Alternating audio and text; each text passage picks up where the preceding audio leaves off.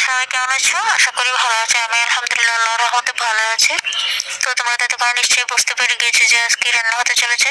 দেখো, আদাটা বেটে নেওয়া হয়ে গেছে, এখন রসুনটা বেটে নেওয়া হয়ে গেছে।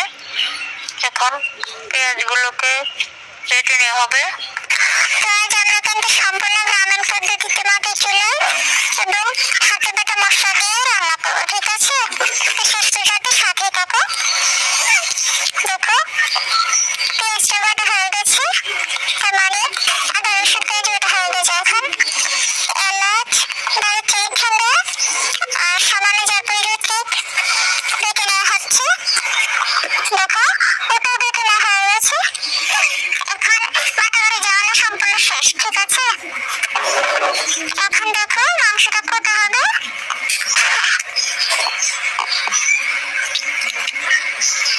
মাংসগুলোকে ছোট ছোট করে টুকরো করে নেওয়া হচ্ছে। ছোট টুকরো খেতে না খুবই ভালো লাগে। টুকরো করে রান্না করলে ভিতরে বেশি ঢুকতে চায় না। ছোট টুকরো তরকারিটা খুবই মজার হয়, মাংসটাও খেতে ভালো লাগে, ঠিক আছে? আর এই মাংসগুলো তো সহজে সিদ্ধ হতে চায় না, বুঝছো? এই জন্য বিশেষ করে আরো ছোট করে কাটা। তো মাংসগুলি কাটা হয়ে এলো। এখানে 2 কিলো পরিমাণ মাংস আছে।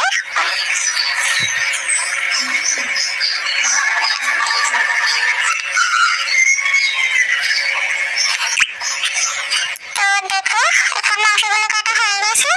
এখন একটা বালতিতে পানি নিয়ে ধুয়ে কুচিয়ে নেওয়া হবে। আলুটাকে ধুয়ে পরিষ্কার করে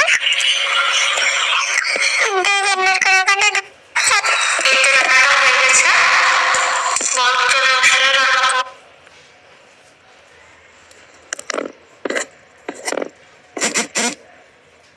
দিয়ে দেওয়া হবে।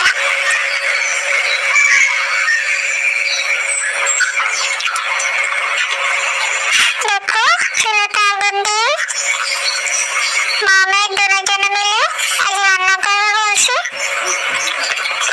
চুলাতে আগুন দিয়ে দিল।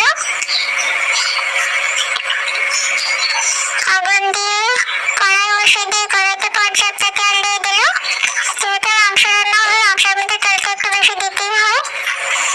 তো এর মধ্যে পেঁয়াজ দিয়ে দেওয়া হলো।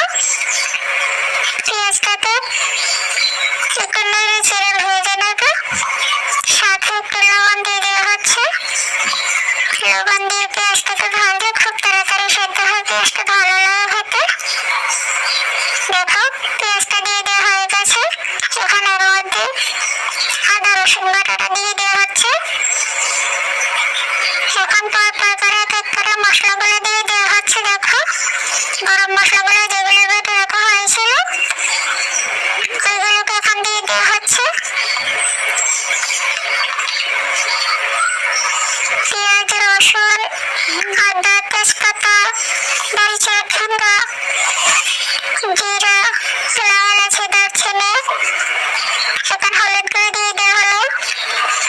পর্যাপ্ত পরিমাণে লঙ্কা করে দিয়ে দেওয়া হচ্ছে, কাশ্মীরি লঙ্কা করে। যে যে পরিমাণ ঝাল খেতে চাও সে পরিমাণে দিতে পারো। তাহলে মাংসটা একটু ঝাল ঝাল হলে ভালো লাগে। মাংসটা যখন ঘন ঘন হয়ে আসবে তখন এর মধ্যে কিছুটা জল দিয়ে নেড়ে কষিয়ে নেওয়া হবে। জলটা মুহূর্তে না দিলে কিন্তু আর মশলাটা পুড়ে যেত, তিতো হয়ে যেত।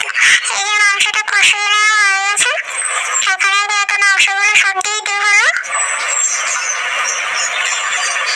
এখন মাংসটাকে মশলার সাথে কালারে তেলে মিশিয়ে দেওয়া হইতেছে। দেখো, এই যে বলক চলে আসতেছে।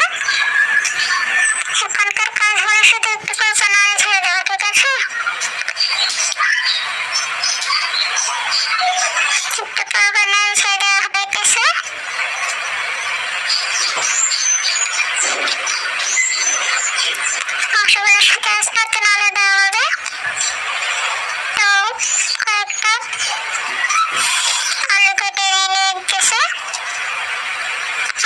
থেকে কিন্তু আমার সবাই মাংসের ঝোল আর আলুটাকে খেতে খুব ভালোবাসে, বুঝছো? তাই আলুটার পরিমাণ একটু বেশি দেওয়া হয়। ঘরে আলু শেষ না হয় আলু কাটা দেওয়া হয়তো, কিন্তু তোমরা মনে করতে পারো আবার এত আলু দেওয়া হয়েছে, তাও আলু। আমরা আলু পরিমাণে বেশি খাই, আলু খেতে সবাই পছন্দ করে আমাদের বাসায়। তবে কে কে আমার মতো আলু খেতে পছন্দ করে মাংসের থেকে, মাংসের আলুটা খুব ভালো লাগে কিন্তু। কমেন্ট করে যেও। দেখো নাড়াচাড়া করতে করতে ঘন ঘন হয়ে এলো প্রায়। কিছুক্ষণ পর পর একটু একটু জল দিয়ে আবারও কষিয়ে নেওয়া হচ্ছে। মাংসটা যত কষানো করতে সেদ্ধ করবে ওটাই মাংসের স্বাদটা বেশি হবে। দেখো এই তো রান্নাটা হয়ে গেছে, বরফের ব্যবসাটা রান্না কমপ্লিট। তো ভিডিও সম্পূর্ণ করে নিয়ে সেগুলো একটু ভালো থেকে সুস্থ করো।